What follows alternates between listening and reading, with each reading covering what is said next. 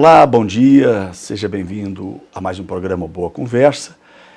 É sempre bom caminhar junto com você, falando histórias de sucesso, de superação. Eu amo contar histórias assim, especialmente porque eu creio em um Deus que gosta de transformar histórias de fracasso em história de sucesso. E nada somos se não tivermos dele a direção e o Espírito dele nos trazer essa direção. Está lá em Êxodo, capítulo 35, como ele instrui pessoas para criar, para inovar. E se a gente optasse mais por atender a Bíblia Sagrada, a gente iria muito mais longe. E o Espírito de Deus nos dá condições de superar qualquer limite da criação, enfim, de tudo na vida. Depois leia lá, Êxodo 35.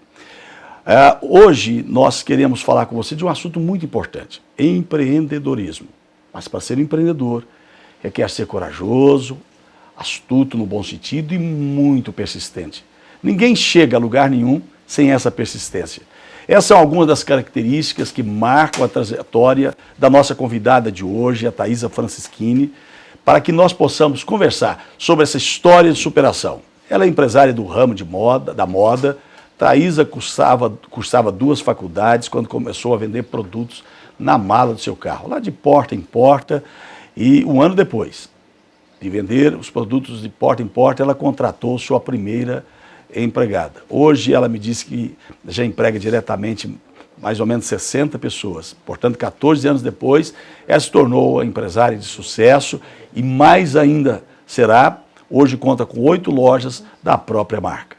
Então conversaremos sobre essa história de superação, de sucesso, a história da Thaisa. Bom dia, seja bem-vinda. Bom dia, Thaisa. Obrigada. Uma honra, um prazer. A honra é nossa recebê-la aqui hoje. É claro que a gente gosta muito de falar de história de superação. E como o nosso povo precisa de histórias que inspiram, porque ninguém é um caso perdido. Eu acho que todos podem ter sucesso na vida. E a sua história? Conta um pouquinho dela para nós, Thaisa. Eu acho que o sucesso é isso mesmo, é a persistência, da forma que você falou, e não importa onde você está e de onde você vai começar. Eu comecei de uma forma totalmente inesperada e nós nunca imaginamos que seria o que é hoje, né? Foi um presente de Deus mesmo. Quando eu comecei. Mas parece o seguinte, mas é isso que você ia falar, mas você contou um fato interessante. Eu também queria casar e estava sem dinheiro. Isso. Eu queria casar, já namorava há alguns anos, eu queria casar e a gente não tinha capital. Eu era estudante, fazia 2 faculdades e não conseguia conciliar um estágio. E veio a ideia, então, de vender alguma coisa de porta em porta. Primeiro começou a ideia de abrir logo um negócio, mas não era viável economicamente. E veio a ideia de vender alguma coisa de porta em porta. Peguei um cartão de crédito emprestado e, com isso, comprei algumas mercadorias. O cartão não era seu? Não era meu, era dele, né? Era do noivo. E não era o esposo ainda? Não era o esposo, né? Era do noivo na época. Então você já começou usando o cartão de crédito do marido antes de casar? Antes de casar. Mas valeu a pena? Valeu a pena. Acho que valeu muito a pena. Você falou que pensou no pet shop, viu que não era viável. A gente cotou algumas coisas. No início foi, vamos abrir um negócio. E aí eu saí fazendo as continhas e tudo, e num primeiro momento eu achei que ia ser um pet shop, mas quando eu vi o que precisava para alugar, para manter, realmente não tinha condição nenhuma. Na verdade, na época eu não sabia nem como fazer para abrir um CNPJ, quanto mais para manter uma empresa, né?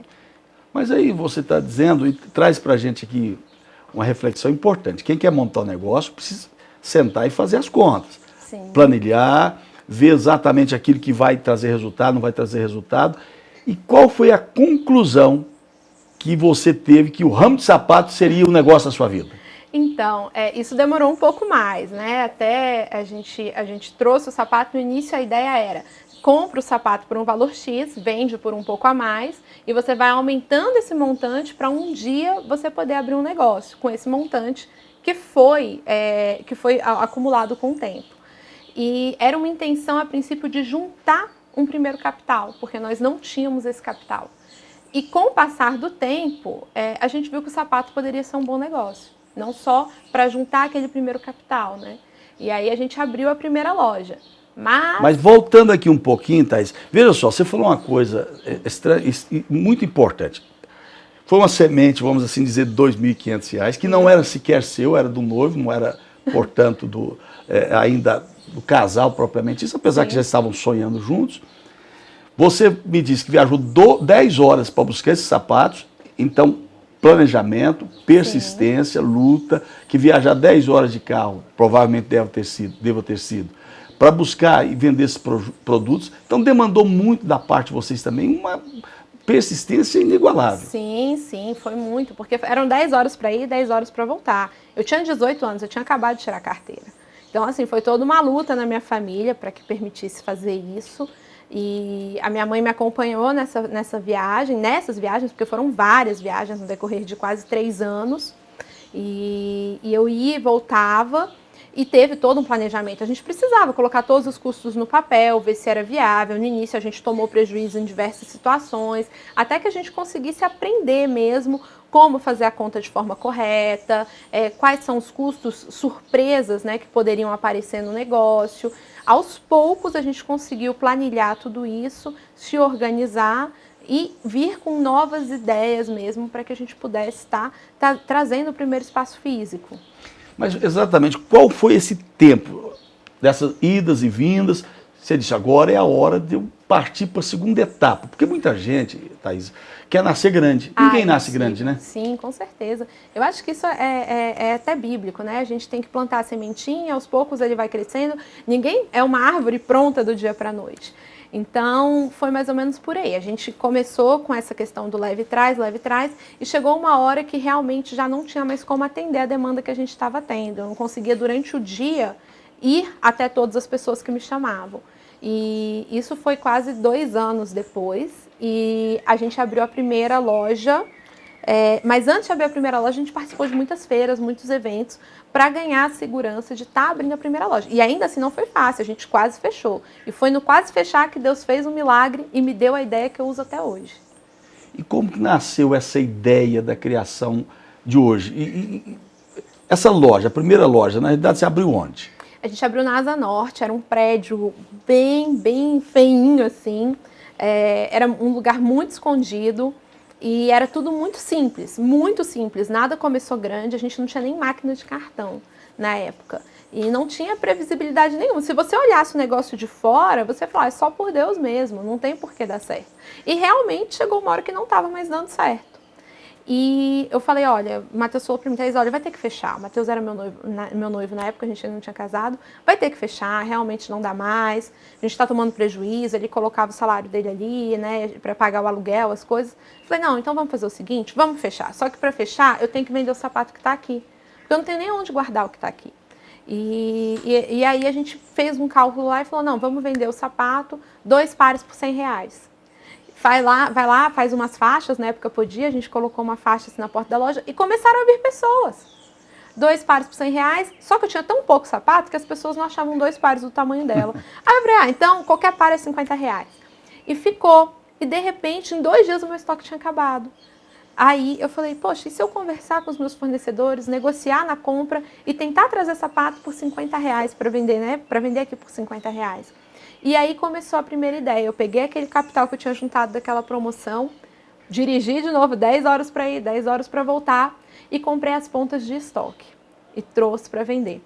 E em cima disso a gente começou a criar um ciclo, mas hoje já é diferente, né? Mas em cima disso a gente começou a criar um ciclo e conseguir manter esse valor para o cliente, que era um valor extremamente atrativo. Então as pessoas deixavam de frequentar outras lojas. E a gente conseguiu desenvolver o diferencial. Então foi no momento ali da queda, no momento que eu achei que não tinha mais solução, Deus usou aquele momento para me abençoar e vir com essa ideia, que até hoje é uma bênção. Hoje, quase 14 anos depois, qualquer par de sapato na minha loja é R$70, né? Então até hoje a gente trabalha nisso. A crise gerou a oportunidade de uma criação. Sim. Mas a estratégia ali foi a estratégia de como vender esse produto, né? Se você também não tem aquele tino ali na hora de criar para vender, botar a faixa do lado de fora, mostrar o negócio, diminuir. Ali naquela hora você estava diminuindo o lucro, mas ao mesmo tempo foi o que fez com que você fidelizasse também o seu cliente. Sim. Você diminui o lucro, mas você aumenta a oportunidade de compra para o cliente e o poder de compra, né? E aí, paralelo a isso, a gente tinha outras iniciativas. Na época a gente usava o mailing, que era mandar e-mails para as pessoas, nós ainda não tínhamos as redes sociais. E a gente começou a desenvolver, depois, em cima disso, um trabalho em rede social. Hoje, o nosso forte é a rede social, a gente conta, né, com quase 400 mil seguidores. Então, a gente tem um apelo muito grande, tanto que quando nós inauguramos a loja em Goiânia, eu não conhecia absolutamente ninguém em Goiânia, não tinha nenhum conhecido, nenhum parente, nenhum amigo. E no primeiro dia nós tínhamos fila na porta. Usando o artifício da rede social, a gente conseguiu atingir um público grande na cidade. Então a gente tem que estar sempre se inovando e procurando novas estratégias, porque o mercado ele é assim, né? Ele muda sempre, o tempo todo, né? O tempo todo. Mas é claro que nós vamos continuar conversando, depois eu quero um pouquinho mais conhecer suas lojas no próximo bloco, mas a pergunta que não posso deixar, seu marido está te acompanhando hoje, correto? Correto. Pegou o cartão de crédito dele, pagou os 2.500? Ah, com certeza. Foi pago. Mas continua usando o cartão de crédito dele? Ah, hoje a gente usa junto, né? É diferente. É porque eu gostaria de saber exatamente o segredo, como é que faz para a mulher não usar o cartão de crédito do esposo, né? Pelo jeito é trabalhar juntos, formar um grande projeto. É claro que aí é importante, a gente brinca, mas foi importante a parceria de vocês, né? O sonho, o mesmo rumo. Porque se você vai para um lado e ele para o outro, com certeza o negócio teria morrido quando surgiu a primeira dificuldade, que foi a falta de cliente. Sim, com certeza. A gente construiu juntos, né? Embora ele tenha outra carreira, ele trabalhe com outras coisas, a gente construiu junto toda a história, né? Até hoje é uma parceria. Estoura um cano na loja 2 horas da manhã, quem que vai comigo lá consertar? Quem que vai comigo lá atender a pessoa que vai consertar? É ele. Então é uma coisa que a família toda tem que estar disposta a viver e a se dedicar mesmo. Mas você disse uma coisa, Thaís, muito importante, o seguinte, vocês não precisam ser vendedor de sapatos dois, mas é um apoiando o outro, em cada um no seu sonho, na sua visão, você hoje com esse grande empreendimento, ele nos sonhos dele, mas vocês conseguirem se ajustar um com o outro, por isso acaba tendo sucesso, porque muitas vezes, se nem no casamento as pessoas se entendem, ou na parceria de negócio as pessoas não se entendem, é um fracasso garantido, né? É preciso caminhar na mesma direção. Isso fez o diferencial na vida de vocês. Com certeza, é por aí. Abrir mão quando é necessário, investir um pouco no outro quando é necessário e olhar sempre em frente. E é claro, você tem um cliente que gosta de comprar. Sim, você tem um cliente abençoado. Você abençoa a vida do seu cliente, ele abençoa a sua vida, né? Você só vende para mulheres? Só para mulher. E por que não teve um espaçozinho para os homens também para vender? Porque o homem compra menos, né? O homem compra muito menos. Né? Hoje, em média, claro, você acha que uma mulher, em média, a mulher média, da classe média também, elas têm quantos sapatos mais ou menos dentro de casa, hein? Nossa, tem mulheres que me procuram falando que tem 100, 120 pares dentro de casa. Eu acredito que pelo menos uns 30, toda mulher mais ou menos de classe média aí deve ter. É muita coisa. É muita coisa. É por isso é um lugar mesmo para se investir, exatamente na mulher. Agora, são variados seus sapatos? Sim. A gente trabalha com todas as linhas. A gente atende da adolescente, na verdade agora com a linha infantil, feminina, desde a linha infantil até os sapatos para senhora, de linha conforto. A minha intenção é atender todo o público feminino. Então vai a mãe, vai a avó, vai a netinha, vai todo mundo junto na loja. Então você conseguiu fazer com que o seu negócio, a sua empresa, atendesse toda a clientela feminina, desde a infância até a fase mais adulta, não vou falar de idosa. Mais adulta, pronto, isso, até a fase mais adulta, é esse o nosso trabalho. Olha, no próximo bloco nós vamos falar um pouquinho mais sobre as lojas, como você pode localizar a Thaísa. Nós queremos mostrar para você que é possível sim, é possível você sair do zero e chegar a lugares grandiosos. Eu me inspiro, claro, em meu Deus, na palavra de Deus. O Salmo 113 diz que Deus, ele tira o homem lá do pó da terra e faz ele sentar-se com príncipes. Ele transforma noites de tristeza em manhãs de alegrias, enxuga lágrimas de uma noite toda. Você também pode chegar aonde você jamais imaginou. Deixe Deus trazer os sonhos dele para a sua vida. Você também é capaz. Você também pode superar a história da sua vida.